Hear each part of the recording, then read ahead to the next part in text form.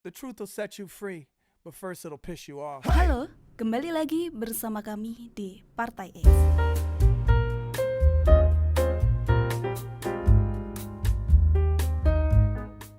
Sampah pajak di Indonesia. Cortex adalah contoh sempurna bagaimana sesuatu yang berlabel solusi malah menjadi sampah yang membuat masyarakat frustasi. 1,3 triliun, nominal yang cukup besar untuk membeli sebuah platform yang penuh dengan bug.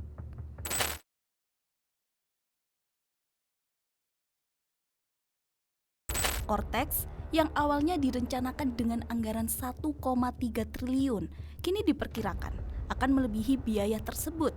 Salah satu masalah utama bukan hanya teknologinya, tetapi juga ketidaktransparan terkait gaji pegawai yang terlibat dalam proyek ini. Sistem ini awalnya dikenal dengan nama PSIAP, Pembaharuan Sistem Inti Aplikasi Perpajakan, dan selama berbulan-bulan, pegawai pajak diwajibkan mengikuti pelatihan terkait PSIAP.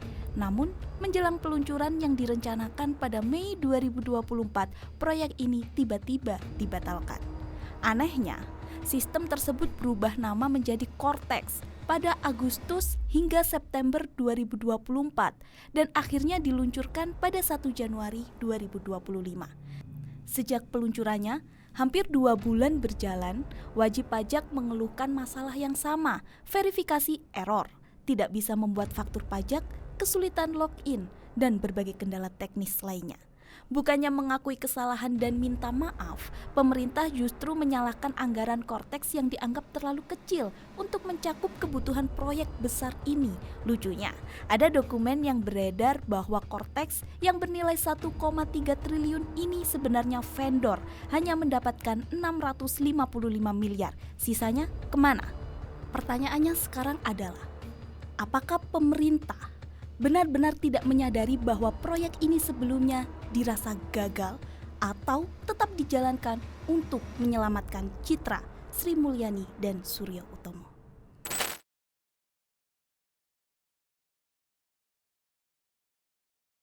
Sebutan apa yang paling pantas untuk seorang produsen sampah yang menyengsarakan 70 juta wajib pajak ini? Monster, parasit, atau yang lainnya? Mereka telah menyebabkan kerusakan besar tanpa rasa tanggung jawab. Padahal rakyat ini mau menyetor pajak, tapi malah dipersulit dengan sampah ini. Lebih parahnya, DJP menumbalkan pegawai di lapangan untuk menanggung amarah publik akibat kegagalan yang seharusnya sudah diprediksi sejak awal. Sementara itu, para pemimpin DJP, termasuk Menteri Keuangan Sri Mulyani dan Direktur Jenderal Pajak Surya Utomo, hanya main aman menjaga citra mereka tanpa ada penjelasan transparan. Aneh tapi nyata, jika wajib pajak melakukan kesalahan kecil saja, mereka langsung disalahkan, kena denda, bahkan diancam pidana. Namun, jika DJP berbuat salah, mereka enggan mengakuinya dan malah berusaha mencari kambing hitam. Dan dalam konteks ini, siapa yang bisa dikambing hitamkan? Ya, teknologi.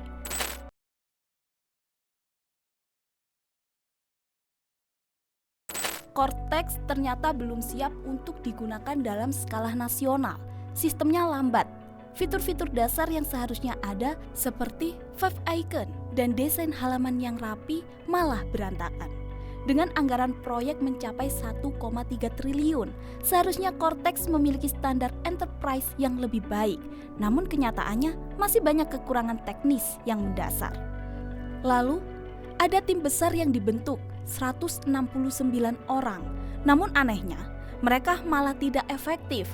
Sebagai tim yang seharusnya menjaga kelancaran implementasi, mereka tidak bekerja dengan strategi yang jelas. Apa gunanya anggaran besar untuk tim ini jika mereka hanya bertindak sebagai pelaksana tanpa visi yang matang? Tak hanya itu, banyak proses dalam Cortex yang justru memperburuk keadaan. Data gagal terbaca, sistem cetak yang kacau, dan teguran otomatis yang tidak bisa dibalas. Bukannya mempermudah, sistem ini malah membuat wajib pajak semakin bingung.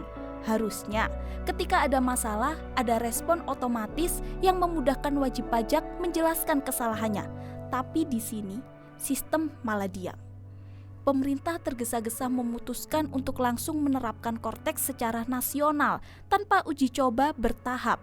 Jika saja mereka uji coba dulu pada kelompok kecil, masalah-masalah ini bisa terdeteksi lebih awal. Tapi entah mengapa, mereka tetap memilih jalur beresiko besar ini.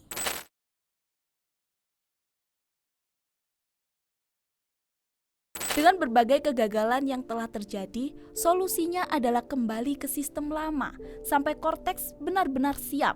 Kalau masih ingin menggunakan dua sistem, setidaknya lakukan uji coba dengan 790 wajib pajak besar dulu.